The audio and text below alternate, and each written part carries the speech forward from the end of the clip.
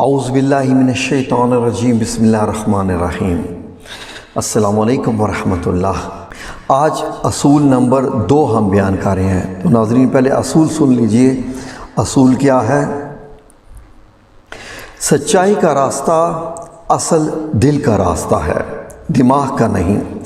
اپنے دل کو اپنا اولین مرشد بناؤ، عقل کو نہیں۔ اپنے نفس کا سامنا اور مقابلہ کرنے کے لیے دل کی مدد لو، کیونکہ تمہاری روح پر ہی خدا کی معرفت کا نزول ہوتا ہے۔ عقل و دل و نگاہ کا مرشد اولین ہے۔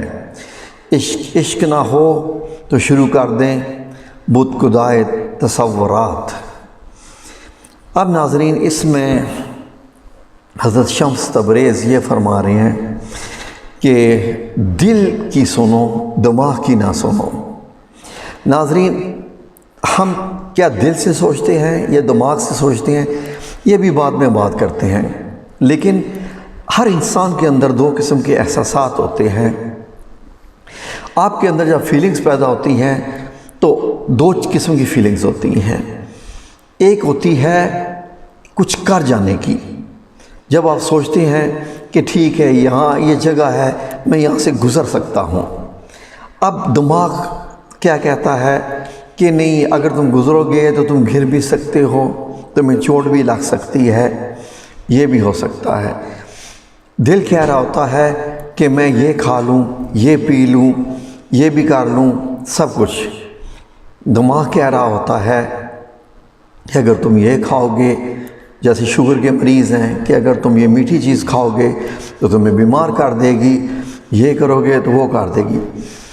ناظرین ہوتا کیا ہے کہ آپ نے سیرت النبی پڑھی ہوگی، رسول اللہ صلی اللہ علیہ وسلم کی زندگی کے واقعات بھی پڑھے ہوں گے، تو اس میں آپ نے دیکھا ہوگا کہ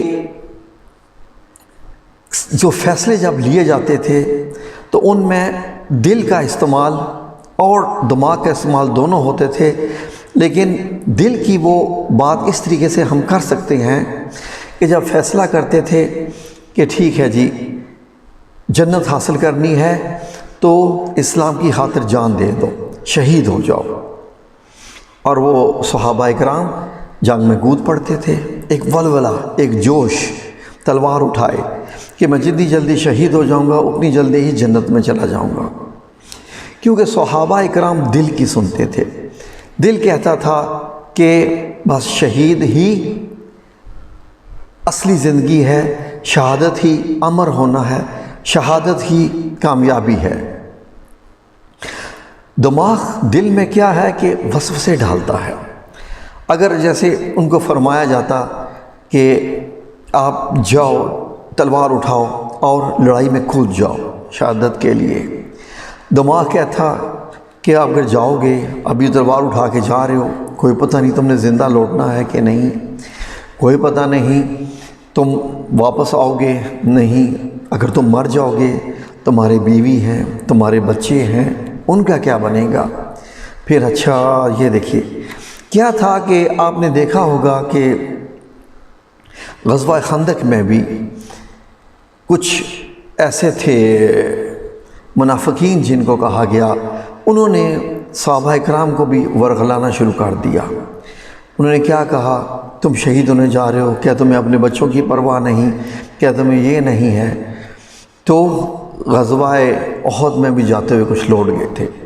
یہ چیزیں ہوتی ہیں، اور ناظرین دنیا میں دیکھا گیا ہے، یہی سب کچھ دیکھا گیا ہے کہ جو بھی بڑے بڑے کام کیے گئے ہیں وہ ہمیشہ دل کی سن کر، جب آیا موڈ دل کیا، یہ کام کر لیا۔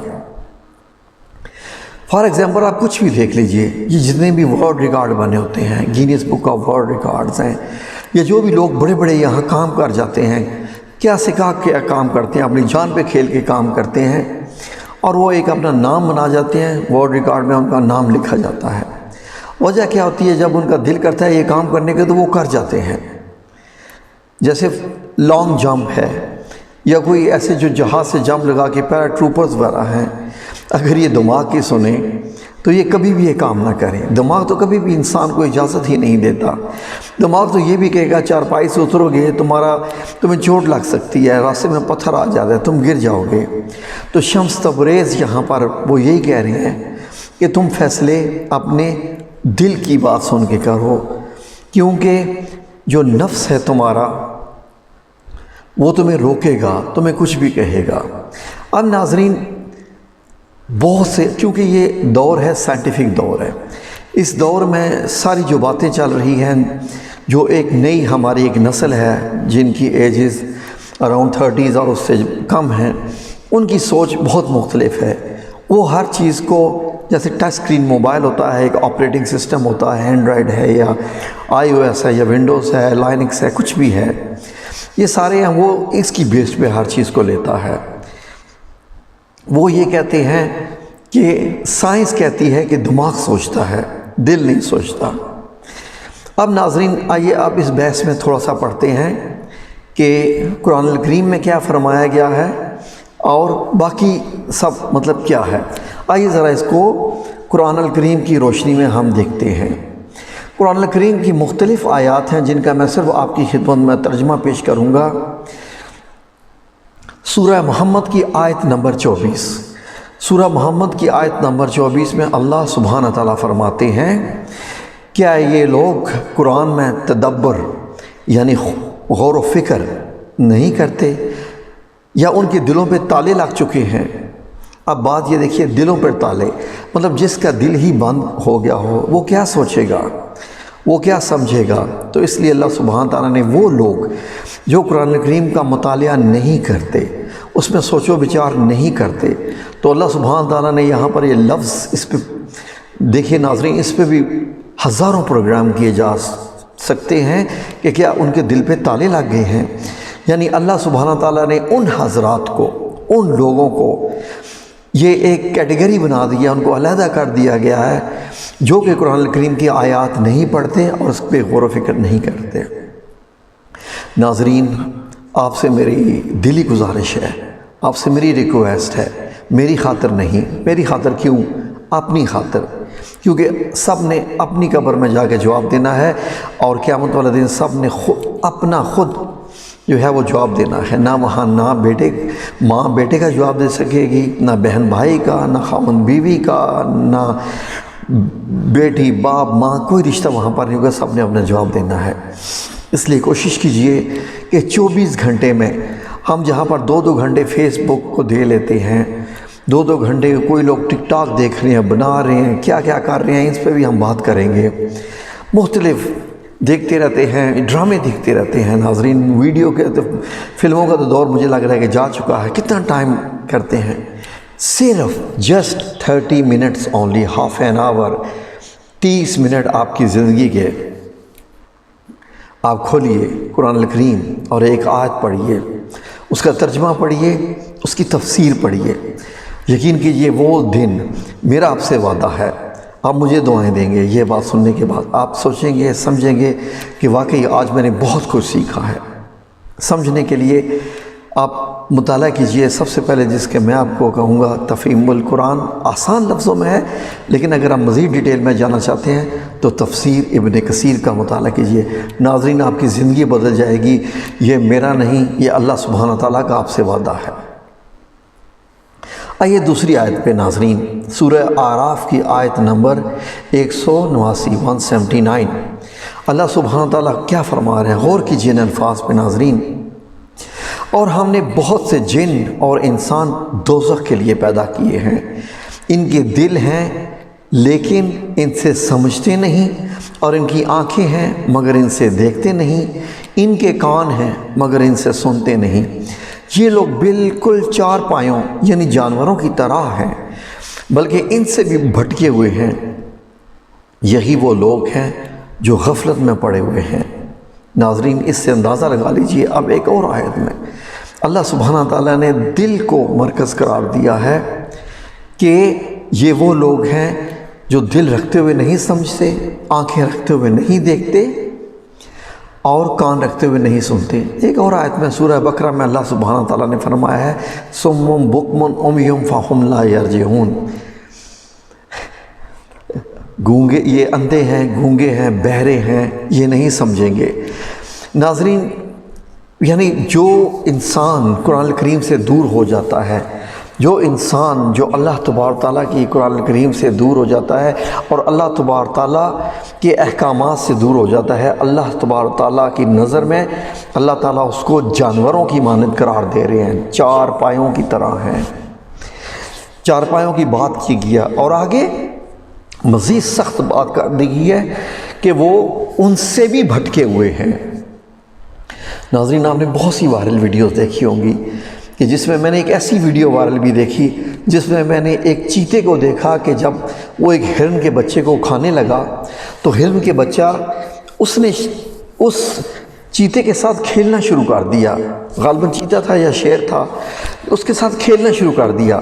جب اس نے دیکھا کہ یہ تو میری غذا ہے، لیکن اس نے جب اس کو کھیلتے ہوئے دیکھا تو جانور ہوتے ہوئے، درندہ ہوتے ہوئے اس نے اس ہرن کے بچے کو دیکھا تو اس نے پھر اس کو پکڑا نہیں، اور اتنے میں ابھی چند سیکنڈ ہی گزرے تھے کہ ایک اور دوسرا شیر آ گیا۔ اب جب اس شیر نے ہرن کے بچے کو پکڑنے کی کوشش کی تو ناظرین، اس شیر نے، ویڈیو کی ہے جو وائرل ویڈیو ہے، ہرن کے بچے کو بچانے کے لیے دوسرے شیر سے لڑ گیا۔ نہ وہ اس کا رشتہ دار تھا، نہ وہ اس کا باپ تھا، نہ کوئی اس نے قرآن پڑھا ہوا تھا ناظرین، لیکن ایک دین فطرت جو کہ مامتا یا باپ وہ اس میں تھی۔ جب ہرن کے بچے نے اس کے ساتھ کھیلنا شروع کر دیا تو اس نے دیکھا کہ یہ تو بچہ ہے، یہ ابھی کھانے کے لائق نہیں ہے، یہ تو کھیل کود رہا ہے، اس کو یہ بھی نہیں پتا کہ میں بھی اس کو کھا جاؤں گا۔ تو ناظرین، اس نے ایسا بدل دیا۔ تو اس لیے اللہ سبحانہ تعالیٰ نے کہہ دیا کہ وہ جانوروں سے بھی بدتر ہیں، کیونکہ جانوروں میں بھی دل پائے جاتے ہیں، وہ دیکھتے ہیں، سمجھتے ہیں اور جانتے ہیں۔ اس سے یہ دیکھیے، اب یہ دلوں کی بات ہو رہی ہے ناظرین۔ ایک اور اگلی آیات آپ کی خدمت میں ایک آیت پیش کرتے ہیں، سورہ آل عمران کی آیت 90-91 ہے۔ اور پھر اللہ سبحانہ تعالیٰ نے تمیز کر دی کہ عقل مند وہ ہیں جو کھڑے، بیٹھے، لیٹے، یعنی ہر حال میں اللہ سبحانہ تعالیٰ کا ذکر کرتے ہیں۔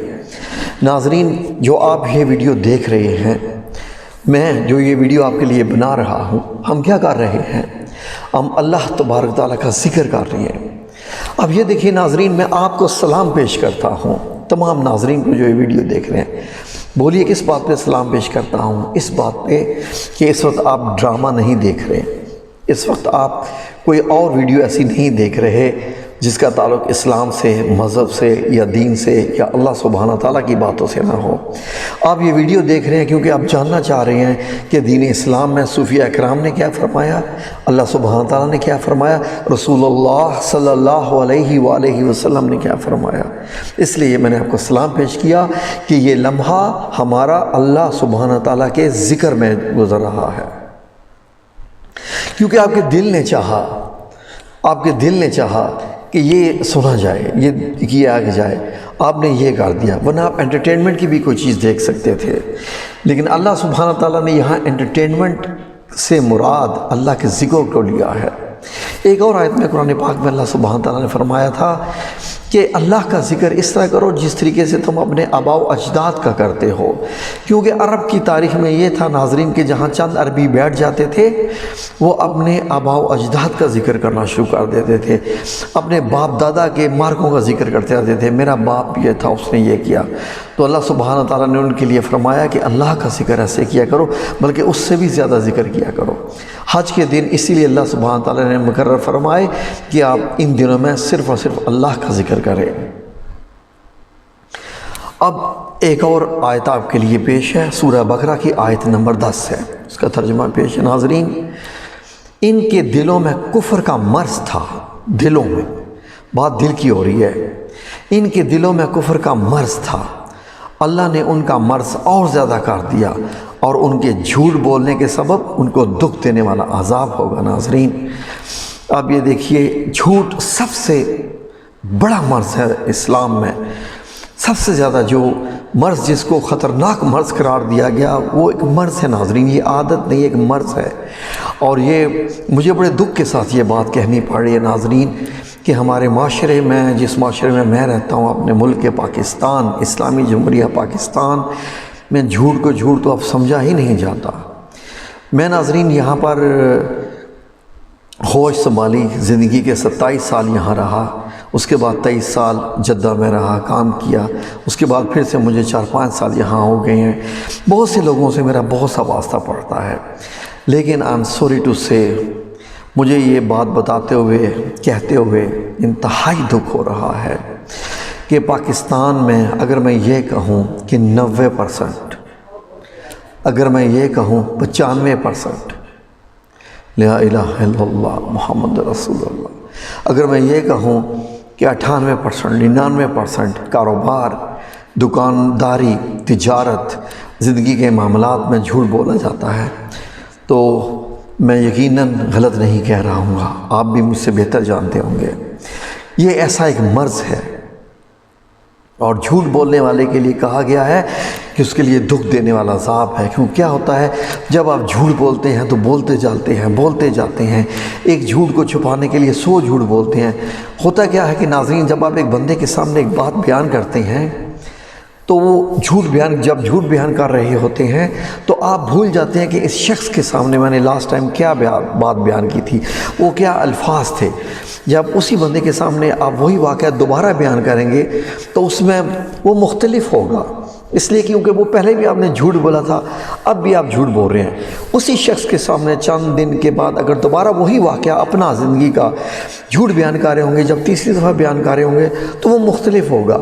سننے والا سمجھ جائے گا کہ یار پہلے اس نے یہ بات کی تھی، اب اس میں یہ اختلاف ہے، تیسری بار یہ اختلاف ہے، وہ آپ کا جھوٹ کو جان چکا ہوگا۔ آپ جب 100 بار اپنے واقعے کو بیان کریں گے وہ 100 دفعہ مختلف ہوگا، لیکن جب آپ اپنا ایک سچا واقعہ بیان کر رہے ہوں گے، آپ 1000 دفعہ بھی بیان کر رہے ہوں گے، کیونکہ وہ واقعہ سچا ہوگا تو وہ اسی طرح ہی آپ بیان کر رہے ہوں گے جس طریقے سے وہ واقعہ ہوا ہوگا۔ یہ ہے فرق ناظرین۔ آئیے ایک اور آیت میں، سورہ اعراف کی آیت نمبر 100 میں اللہ سبحانہ تعالیٰ فرماتے ہیں، ترجمہ پیش ہے، کیا ان لوگوں کو جو اہل زمین کے مر جانے کے بعد زمین کے مالک ہوتے ہیں، یہ امر موجب ہدایت نہیں ہوا کہ اگر ہم چاہیں تو ان کے گناہوں کے سبب ان پر مصیبت ڈال دیں اور ان کے دلوں کے اوپر مہر لگا دیں کہ وہ کچھ سن ہی نہ سکیں۔ ناظرین، بڑے بدقسمت وہ لوگ ہوتے ہیں جن کے دلوں کے اوپر مہر لگا دی جاتی ہے۔ آپ کو معلوم ہے سورہ بقرہ میں ایک اور آیت میں بھی اللہ سبحانہ تعالیٰ نے فرمایا کہ ان کے دلوں کے اوپر مہر لگا دی جاتی ہے، اس کے بعد وہ کچھ سمجھ جاتے۔ ناظرین، کن کے دلوں کے اوپر اللہ سبحانہ تعالیٰ مہر لگا دیتے ہیں؟ ان کے دلوں کے اوپر مہر لگا دیتے ہیں جو اللہ سبحانہ تعالیٰ کے وجود کا اقرار کرتے ہوئے، رسول اللہ صلی اللہ علیہ وآلہ وسلم کی تعلیمات کو ہوتے ہوئے جانتے بوجھتے ہوئے غلط کام کرتے ہیں۔ جو حدیں اللہ سبحانہ تعالیٰ نے تعین کی ہوئی ہیں جی، جن کو اللہ سبحانہ تعالیٰ نے قرآن پاک میں فرمایا تلک حدود اللہ، اور وہ ان سے جب باہر نکل جاتے ہیں کہ اللہ سبحانہ تعالیٰ نے فرمایا یہ حد اللہ کی حدیں ہیں، ان سے پار مت جانا، جب وہ حدوں سے پار ہو جاتے ہیں تو اللہ سبحانہ تعالیٰ ان کے دلوں کے اوپر مہر لگا دیتے ہیں، اور جس کے دل کے اوپر مہر لگ جائے اس کے بعد وہ جو کچھ مرضی کرتا پھرے، اس کے بعد جانا تو اس نے اللہ سبحانہ تعالیٰ ہی کی ہے۔ ایک صورت میں اللہ سبحانہ تعالیٰ نے کیا فرمایا ہے کہ اللہ سبحانہ تعالیٰ یہ جو کچھ مرضی کرتے رہے، کچھ بھی ہیں، انہوں نے لوٹ کے تو میرے پاس بھی ہونا ہے، انہوں نے میرے ذمہ ہی ان کا حساب لینا ہے۔ تو اس لیے ناظرین دعا کیجئے کہ ایسا نہ ہو کہ اللہ سبحانہ تعالیٰ کی مہر لگ جائے آپ کے دلوں کے اوپر۔ اس لیے میں نے آپ کے ساتھ پہلی ویڈیو میں بھی یہی عرض کیا تھا کہ اسلام سے جڑے رہیے، روزانہ کچھ نہ کچھ سنیے، پڑھیے، کہیے، تاکہ اللہ سبحانہ تعالیٰ آپ کے دلوں پہ مہر نہ لگے اور آپ اسلام سے جڑے رہیں۔ ناظرین، ایک اور واقعہ اس میں بیان کرتا ہوں کہ ایک دفعہ ایک صحابی وہ گھر میں بیٹھے ہوئے تھے تو وہ بڑے پریشان ہوئے۔ انہوں نے یہ سوچا، ایک دم ان کے دل میں جب یہ خیال آیا کہ جب میں رسول اللہ صلی اللہ علیہ وآلہ وسلم کے سامنے بیٹھا ہوتا ہوں تو میرے دل کی کیفیت کچھ اور ہوتی ہے، میں بہت اور محسوس کر رہا ہوتا ہوں۔ نبی پاک صلی اللہ علیہ وسلم کی باتیں سن رہا ہوتا ہوں تو میرے خیالات کچھ اور ہوتے ہیں، میرا جذبہ کچھ اور ہوتا ہے۔ اب جب میں گھر میں آ گیا ہوں اپنے بیوی بچوں میں تو میرے احساسات وہ نہیں رہے۔ بہت پریشان ہوا کہ میرے احساسات کی گرمی میں فرق کیوں پڑ جاتا ہے جب میں نبی کریم صلی اللہ علیہ وسلم سے اٹھ کے اپنے گھر میں آتا ہوں۔ ناظرین یہ بات دیکھیے، یعنی بس رسول اللہ صلی اللہ علیہ وسلم کی محفل سے اٹھ کے وہ اپنے گھر میں گئے ہیں اور گھر میں بیٹھ کے، یعنی چند منٹوں کی بات تھی، وہ بہت پریشان ہوئے، نکلے۔ اتنے میں ایک اور صحابی سے ملاقات ہو گئی، کہتے ہیں کہاں جا رہے ہو؟ انہوں نے کہا کہ میرے ساتھ تو یہ ہوتا ہے، میرے احساسات نہیں ہے، میں تو چلا ہوں نبی کریم صلی اللہ علیہ وسلم سے پوچھنے کہ یہ میرے ساتھ ایسا کیوں ہو رہا ہے، میں کہیں اسلام سے ہٹ تو نہیں گیا؟ تو ان صحابی نے پوچھا ہاں میرے ساتھ بھی یہی ہوتا ہے، میں بھی یہی، بالکل آپ تم صحیح کہہ رہے ہو۔ اور دونوں چلتے ہیں، رسول اللہ صلی اللہ علیہ وسلم سے پوچھتے ہیں کہ یہ کیا ہم ثم نعوذ باللہ کیا ہم اسلام سے دور تو نہیں ہو گئے؟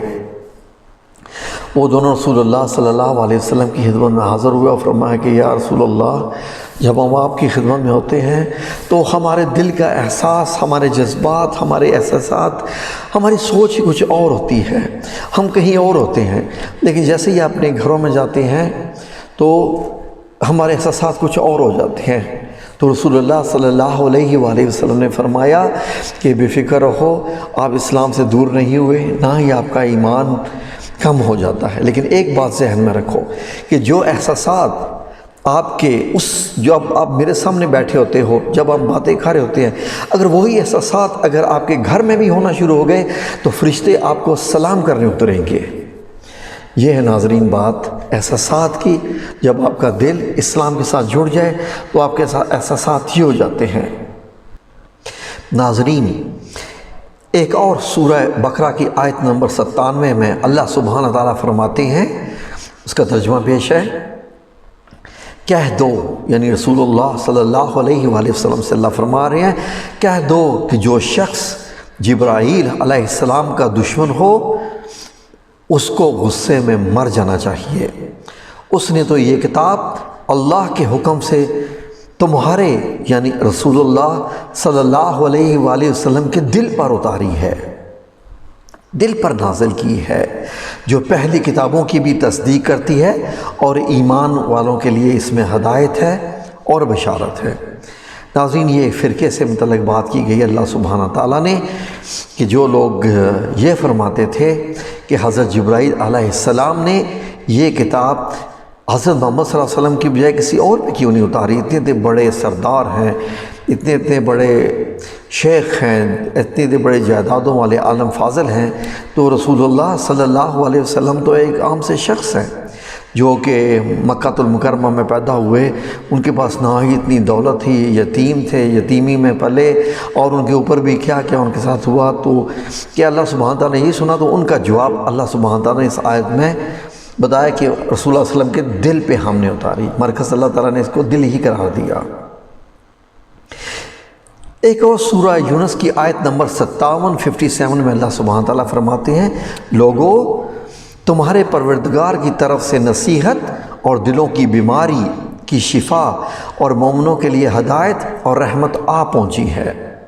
یعنی اللہ سبحانہ تعالیٰ نے قرآن کریم کے مطالعے کو دلوں کی شفاعت، یعنی جو دل کی بیماریاں ہوتی ہیں ان کی شفا قرار دیا گیا ہے۔ ناظرین اس سے اندازہ لگائیے کہ ہم لوگ بڑے پریشان ہوتے ہیں، ہمیں دل کی بیماری ہو گئی، ہماری نظر کمزور ہوگی، ہمیں یہ بیماریاں ہوگی۔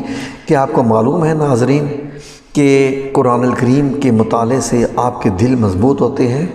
کیا آپ کو معلوم ہے قرآن کریم کے دیکھنے سے، آیات کو دیکھنے سے آپ کی کمزور نظر بھی ٹھیک ہو جاتی ہے؟ ناظرین کیا آپ کو یہ تمام چیزیں معلوم ہیں کہ قرآن الکریم کے مطالعے سے، اللہ سبحانہ تعالیٰ کا کلام سننے سے ڈپریشن کی بیماری دور ہو جاتی ہے؟ لیکن نہیں، ہمیں تو ٹیبلٹ چاہیے، ہمیں گولی چاہیے، ہمیں تو اس پہ یقین ہے اس سے دل کی بیماری درست ہوگی، یا ہمیں تو تعویذ چاہیے، ہمیں تو یہ چاہیے، ہمیں تو وہ کوئی بس عالم فاضل ہیں، ہم ان کے پاس جائیں گے، وہ ہمیں کچھ کہیں گے تو ہمارے دل کی بیماری درست ہوگی۔ کیونکہ ہمارے پاس تو قرآن کریم پڑھنے کا ٹائم نہیں ہے، ہمارے پاس تو فیس بک پڑھنے کا ٹائم ہے، قرآن کریم کی تلاوت کرنے کا ٹائم نہیں ہے، نہ قرآن کریم کو سمجھنے کا۔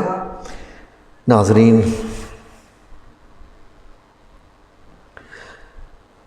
دلوں کی شفات پھر ذہن میں رکھ لیجئے، صرف قرآن الکریم کا مطالعہ ہے، ڈپریشن کا علاج اللہ سبحانہ تعالیٰ کا ذکر ہے، رسول اللہ صلی اللہ علیہ وسلم کا ذکر ہے۔ آپ کیا سمجھتے ہیں کہ آپ جب اللہ کا ذکر کریں گے تو کیا اللہ کو نہیں معلوم ہے کہ آپ اللہ کا ذکر کر رہے ہیں؟ کیا آپ نے رسول اللہ صلی اللہ علیہ وسلم کی یہ حدیث نہیں پڑھی کہ جس محفل میں اللہ تبارک تعالیٰ کا ذکر کیا جا رہا ہو وہ آسمانوں پہ ستاروں کی جگہ وہ چمکتی ہے، اور اللہ سبحانہ تعالیٰ فرشتوں سے کہتے ہیں کہ جائیے فرشتوں تم گواہ رہنا کہ یہ جو مجمع جہاں میرا اللہ کا ذکر ہو رہا ہے ان کو جا کے فرما دینا کہ میں نے ان سب کی بخشش کر دی کیونکہ یہ میرا ذکر کر رہے ہیں۔ ناظرین، سورہ احزاب کی ایک اور آیت ہے، اللہ سبحانہ تعالیٰ نے اس میں فرمایا، ترجمہ پیش ہے سورہ احزاب کی آیت نمبر 4، خدا نے کسی آدمی کے پہلو میں 2 دل نہیں بنائے، اور نہ تمہاری عورتوں کو جن کو تم ماں کہہ بیٹھے ہو تمہاری ماں بنایا، اور نہ تمہارے لے پالک تمہارے بیٹے بنایا، یہ سب تمہارے منہ بولی باتیں ہیں، اور خدا تو سچی بات فرماتا ہے اور وہی سیدھا راستہ ہے۔ اللہ سبحانہ تعالیٰ نے اس میں 2 دلوں کا ذکر کیا ہے کہ تمہارے 2 دل ہیں، اسی سے تم سوچتے ہو، اسی میں بنایا، اسی میں اللہ تبارک تعالیٰ نے جو ہے وہ حق اور سچ اتارا ہوا ہے، اسی سے تم سوچتے ہو۔ اس لیے اپنا مرکز، اپنا تعین صرف اللہ کی طرف رکھو، اسی کو اپنا مرکز بناؤ۔ کسی دوسری چیز کی طرف مرکز بناؤ گے تو تم بہک جاؤ گے۔ ناظرین، اب تھوڑا سا بیان کرتے ہیں۔ ناظرین، یہ اصل میں اصول نمبر 2 دل اور دماغ کا تعین ایسا ہے کہ اس پہ کافی لمبی بات ہو سکتی ہے۔ تو اب وہ حضرات جو کہ یہ سوچ رہے ہوں گے کہ سائنس کے مطابق، میڈیکل سائنس کے مطابق تو سوچنے کا محور دماغ ہے، دل کا کام تو جو ہمارا سرکولیٹری سسٹم ہے، یعنی جو دل کے شریانوں کا خون کو بہاؤ کا جو سارا سسٹم ہے وہ دل کنٹرول کرتا ہے، تو سوچنے سمجھنے کی صلاحیت کہاں سے آ گئی؟ تو اگلی ویڈیو میں ہم اس پہ آپ کے ساتھ بات کریں گے، دونوں کو سامنے رکھتے ہوئے، سائنس کو بھی، قرآن کو بھی، اور رسول اللہ صلی اللہ علیہ وآلہ وسلم اور دنیا کے معاملات کو بھی رکھتے ہوئے ہم آپ کو اس کو مزید ایکسپلین کریں گے۔ اگلی ویڈیو سے آپ سے ملاقات ہوگی۔ جزاکم اللہ خیر۔ آپ نے یہ ویڈیو سنی، اللہ تبارک تعالیٰ اس کا آپ کو اجر عظیم عطا فرمائے، آمین یا رب العالمین برحمتک یا ارحم الراحمین۔